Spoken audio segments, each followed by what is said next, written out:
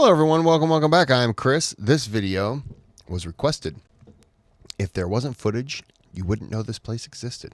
Before we start, if you can click that thumbs up, subscribe to the channel if you like the content, click on the thanks button if you want to donate to the channel, sponsor a video, whatever. This is a Mr. Ballin video, by the way. Duh. Let's get into the video. I'm going to tell you 3 stories about places you can't go and people who went there anyways. But before we get into those stories, if you're a fan of the strange, dark, and mysterious delivered in story format, No, I'm not. then you've come to the right place because that's all we do. Sweet. And we upload once a week. Nice. So if that's of interest to you, please sneak into the like button's house and replace the stuffing in their pillow with cement. Also, please subscribe to our channel and turn on all notifications. No, not cement. Replace the stuffing with thumbtacks. That's comfortable. So you don't miss any.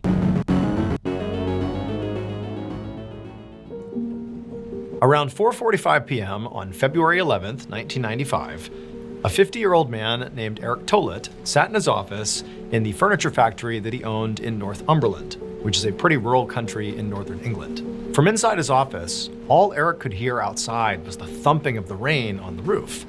There was this low-pressure system in the area which was causing a really intense thunderstorm. In fact, the storm was so bad that Eric had actually decided to close the factory for the day so all his employees could stay home during the storm. And Eric was glad that he could actually afford to give his employees a day off like this, because it had not always been that way. He had bought this factory 16 years earlier, and it had taken all of his savings and scrapping together all of his money to actually make the investment. And then after he purchased the factory, it required a huge renovation to make it ready to be a furniture factory that he could actually sell products out of. But now, after 16 years of hard work, his business was quite successful. And so a day like today was no big deal. He wasn't all that concerned about the lost profits that day. Instead, he was just using the time to catch up on some admin work and also spend some time with his family. Eric's girlfriend, whose name was Leslie, was at the factory with him, hanging out in the office as well. And also Eric's brother, whose name was Donald, had taken Leslie's 8-year-old son over to the factory's attached garage to go play. But as Eric, shuffled through his paperwork and did a few things, and Leslie was over at the window looking outside, suddenly the door to his office swung open. And it was Leslie's 8-year-old son who came barging in. There's no Donald, so Eric's brother's not with him. And the son, he just looked totally panicked. And he immediately said, before Eric or Leslie could ask any questions, that Donald had collapsed over in the attached garage. Now, initially, Eric didn't really know what to make of this, but his first thought was, his brother Donald was 60 and he did have some health issues. And just hearing this kid say that Donald had collapsed, it signaled to Eric, like, oh my goodness, did Donald have a heart attack? Or he was also thinking, this kid's only 8 years old. Is he overreacting? Is there actually something totally benign happening? Whatever it was, Eric knew immediately that it was time to drop everything and run over there and check on Donald. And so that's what he did. He and Leslie put their stuff down. They ran with the 8-year-old, through all the way to this attached garage, which, in virtue of it being attached, they never actually went outside into the storm. They just ran straight to this garage. And sure enough, when they got there was Donald laying on the ground. And so before Eric ran over to his brother to assess him to see what was going on, he just stopped right in the doorway and turned to Leslie and her son, and he told them, go back to my office and call 911. I'll be in there as soon as I can. And so they turned, they left, and then Eric, he turned back around, rushed into the garage, and knelt down next to Donald.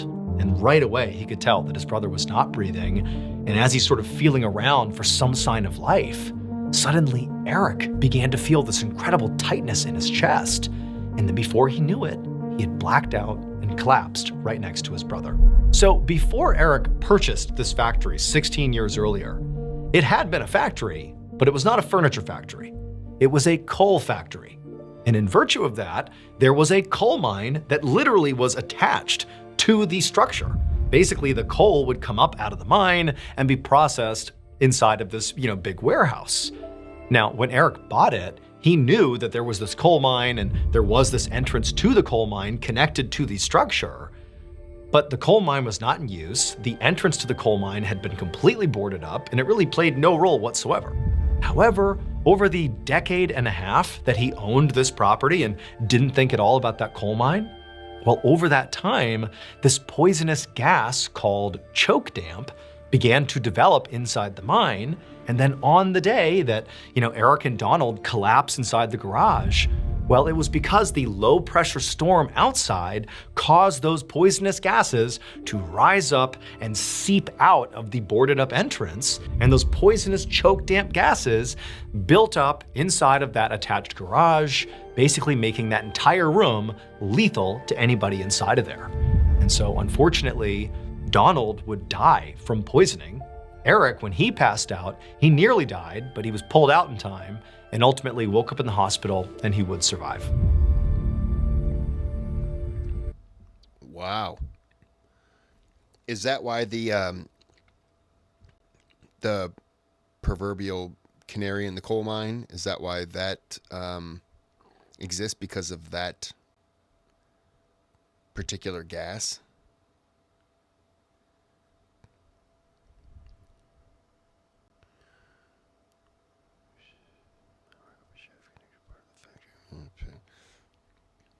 I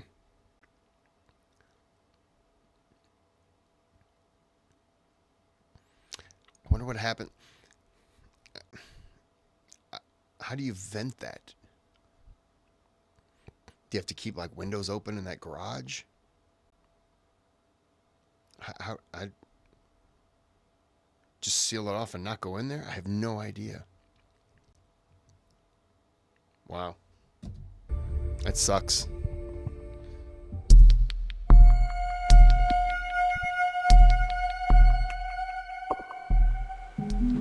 At 10 a.m. on September 10th, 2022, a 68-year-old woman named Diana Stewart stood on the deck of a small boat in the Pacific Ocean, less than a mile off the eastern coast of New Zealand. She looked out at the perfectly calm, light blue water, and she saw this albatross bird flying across the sky, so she lifted up her camera and took a picture. Diana was a wildlife photographer, and she was also a member of the Nature Photography Society of New Zealand.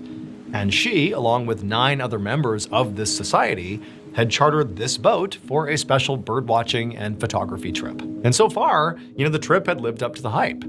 They'd spent 2 hours sailing around the water, photographing all these beautiful and rare birds and other wildlife, and they'd even been lucky enough to see a couple of whales. And so this had been really a fantastic trip. Now, at this point, the group had basically finished up their trip, and they were making their way back towards shore. And so as they were going, Diana was keeping her eye out for any last-minute picture opportunities. And as she was looking around, looking for birds, she noticed something in the water. There was something huge moving sort of near the boat. It actually looked like it was moving towards the boat, sort of at an angle. And at first, she couldn't really tell what it was. But then suddenly it came into focus that it was an enormous whale. This huge whale is going to swim basically right under the boat. And so Diana, she pulled out her camera to take a photo. But then the worst thing possible happened. This whale, sure enough, came towards the boat, but it didn't go under the boat. It rammed the side of the boat. And before Diana could do anything, suddenly the boat was lurching onto its side, and she and the rest of the crew were thrown off the boat into the frigid water. And the second she hit the freezing cold water, her life jacket, which she was wearing, it automatically inflated. It was one of those auto-inflate life jackets.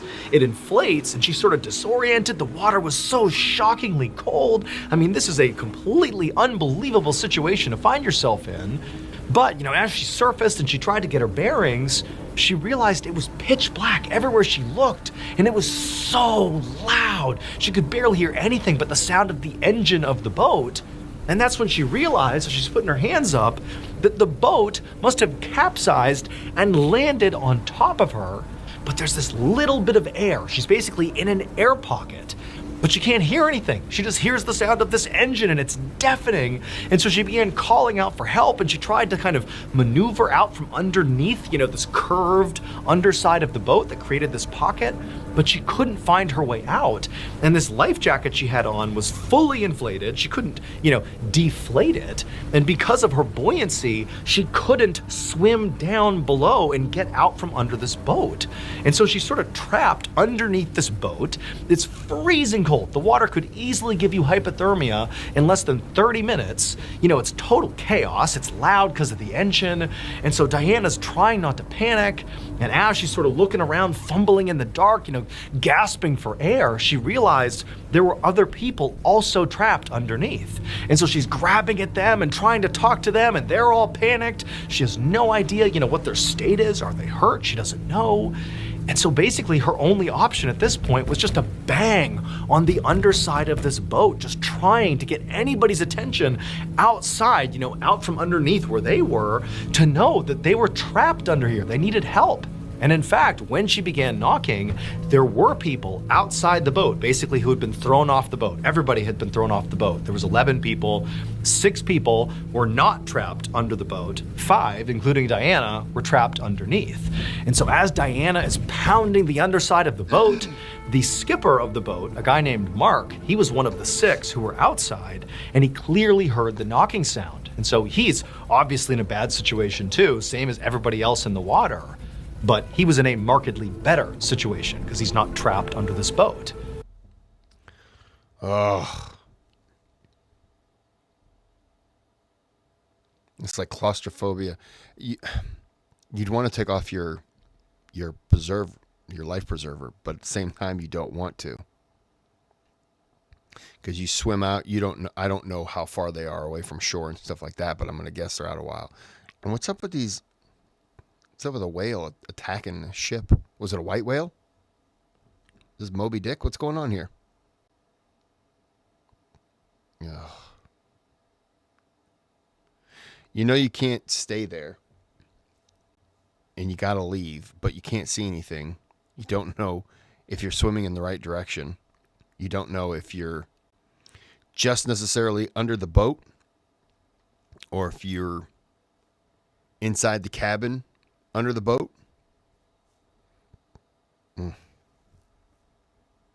So uncomfortable. Anything water related I'm uncomfortable with. And it's New Zealand, right? They've got all kinds of critters down. I'm thinking Australia still. And so he quickly understood that, okay, he needs to gather the 6 people he's with, kind of make sure they're okay, and then figure out how they're going to get these people trapped under the boat out. And so his first instinct was just to bang back on the side of the boat, you know, to let them know, hey, we hear you. But again, you got to picture the scene. They are suddenly in the water because a whale flipped their boat. They have no idea if this boat's going to sink any second here. The engine is currently running, so it's super loud. The water is freezing cold. They're out in the middle of the ocean. Like, this is a true life or death situation here.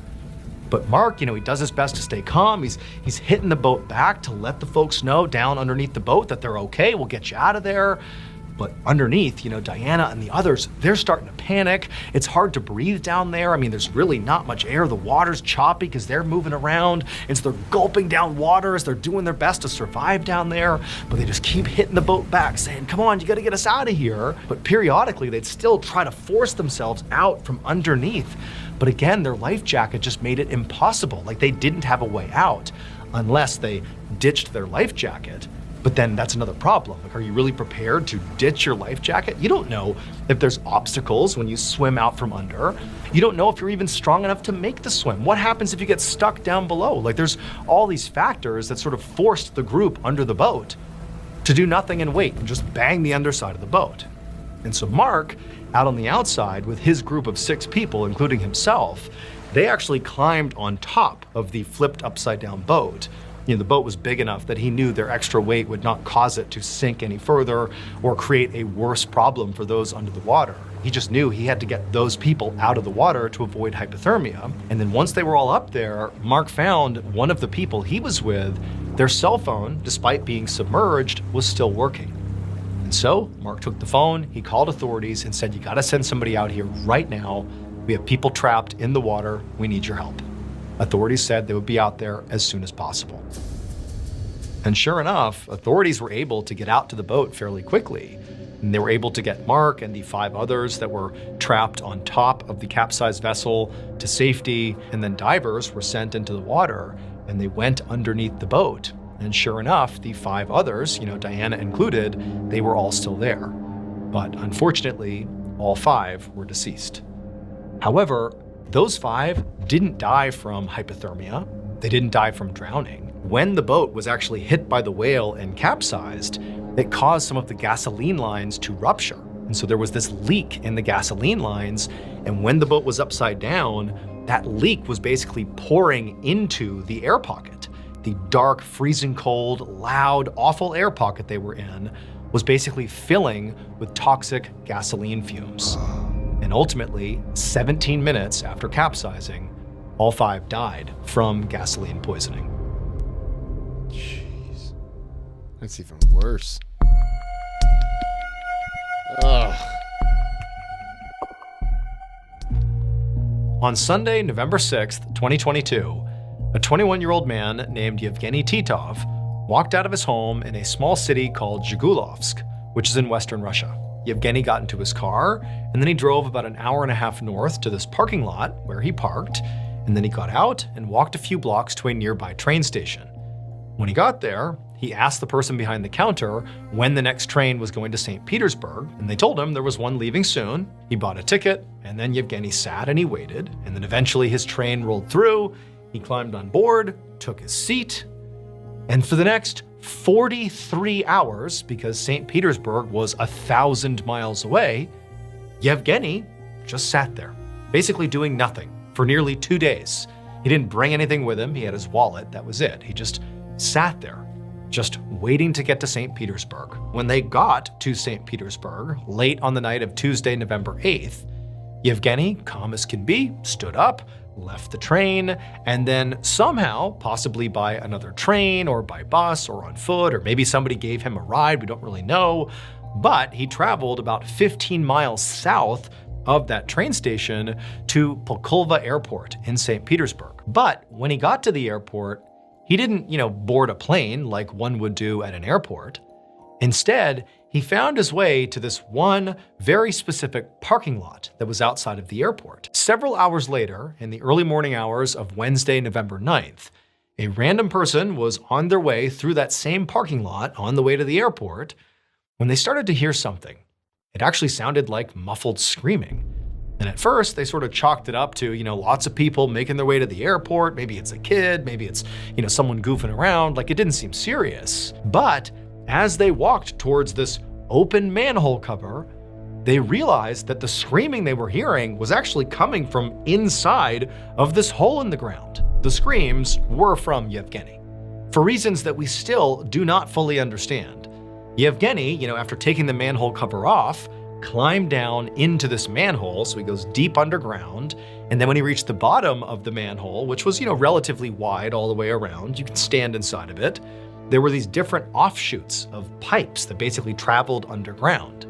And Yevgeny got down and chose one of these pipes that was only a foot in diameter wide. It's like this pitch black, never-ending seeming tunnel. And head first, he began crawling in this tunnel. And he crawled nearly 40 feet before he finally just couldn't move any further. Keep in mind, every inch he was taking, he's basically wedging himself deeper and deeper into this pipe. It isn't like it was big and then got narrow. No, it's this narrow pipe that he forced himself through until he just could not move any farther. And it was at that point, in the wee hours of Wednesday, November 9th, that Yevgeny began to scream. And that's when the person found him. And authorities would go down inside the manhole, and somehow or another, after many hours and all the specialized equipment, they actually would, somewhat unbelievably, pull Yevgeny out of the pipe, and he would survive. Yevgeny would have to actually be hospitalized because he sustained very severe skin damage from basically thrusting himself deeper and deeper into this rusty, awful pipe. He also sustained gas poisoning and hypothermia, but again, he did live. Following this ordeal, authorities would launch an investigation into what exactly happened here, because there was no clear reason why Yevgeny would have traveled all this way to go into this pipe.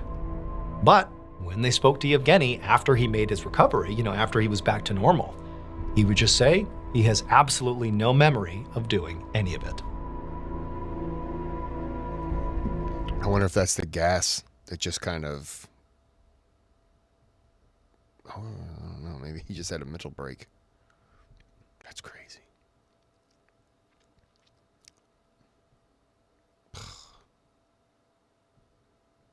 Oh, that man, right? That's a face of somebody who's never been happier to see another human being. Oh, when I was like 8, 9,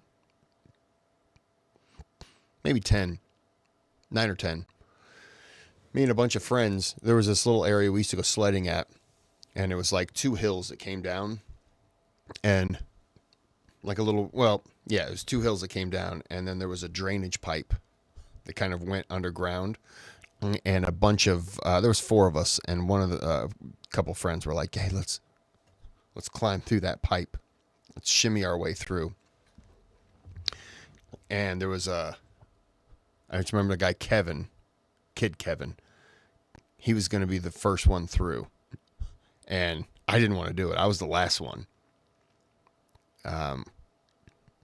And Kevin was in.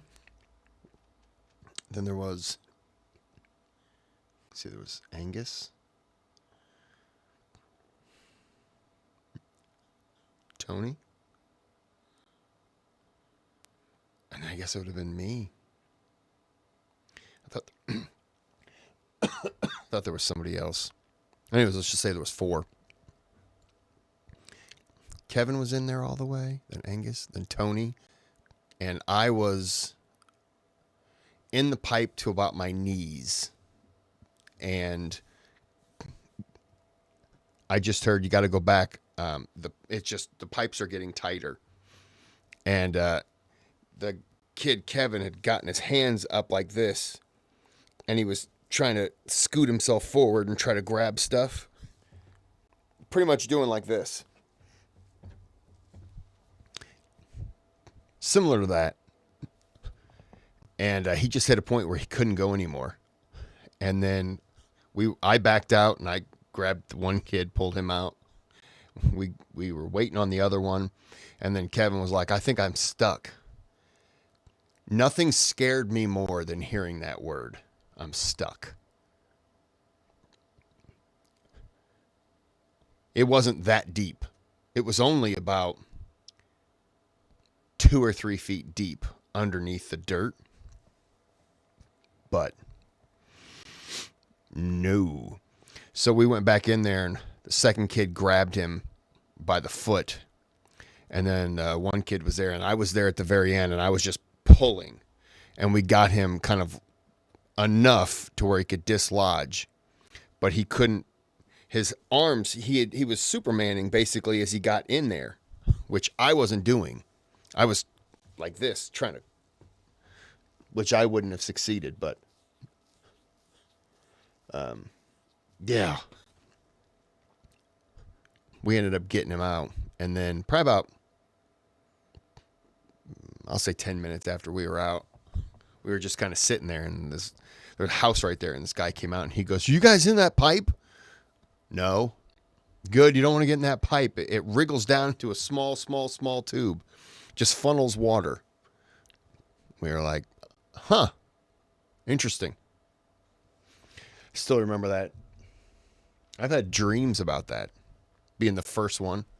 Uncomfortable. All right. We're going to end this here. Don't get in those pipes.